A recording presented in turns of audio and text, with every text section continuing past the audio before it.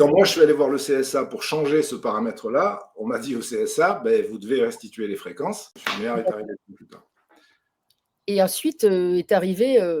Et ensuite, en 2005, j'ai. Alors, ce qui est important à comprendre pour comprendre cette affaire, c'est que Radio Vitamine, comme d'autres radios d'ailleurs, avait une particularité, c'est que toutes les radios en FM dans les années 80 étaient obligatoirement détenues par des associations.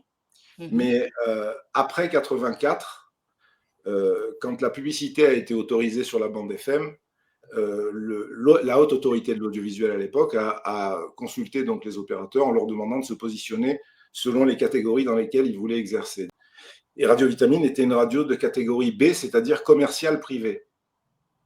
Il aurait fallu, pour que les choses soient tout à fait conformes, et c'est le droit de l'audiovisuel qui est comme ça, qu'elle restitue les fréquences, qu'elle restitue ses autorisations d'émettre, et qu'elle les redemande sur la base d'une société, une société à responsabilité limitée par exemple, pour que le titulaire soit une société commerciale. Puisque là, on s'est retrouvé avec une radio, et ça a été le gros problème de Radio Vitamine, on s'est retrouvé avec une radio qui était une radio commerciale privée, donc soumise à l'impôt, qui déclarait son chiffre d'affaires pour payer des impôts sur les bénéfices, etc., qui n'était pas une radio associative du tout, au sens juridique, mais dont les autorisations d'émettre étaient détenues par des associations, parce que ça n'avait pas été modifié. Et quand moi, je suis allé voir le CSA pour changer ce paramètre-là, on m'a dit au CSA, ben, vous devez restituer les fréquences. Et je dis, donc vous allez me faire un papier pour me dire que vous allez me les réattribuer quand même. Et on me dit non, c'est pas comme ça que ça procède.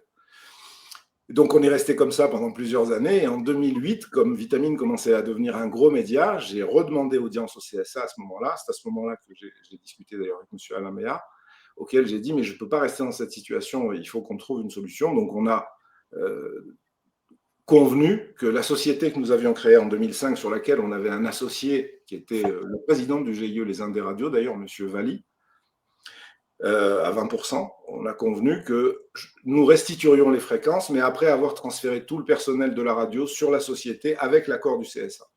Le principe étant de dire que si toute l'activité était transférée sur la société, le CSA nous réattribuerait automatiquement l'autorisation. Et ça, c'est une demande qui a été formulée par le CSA à l'époque, de faire comme ça, de procéder comme ça. Donc on a fait comme ils nous ont demandé, en transparence, puisqu'on a échangé les éléments, les documents, les contrats, etc.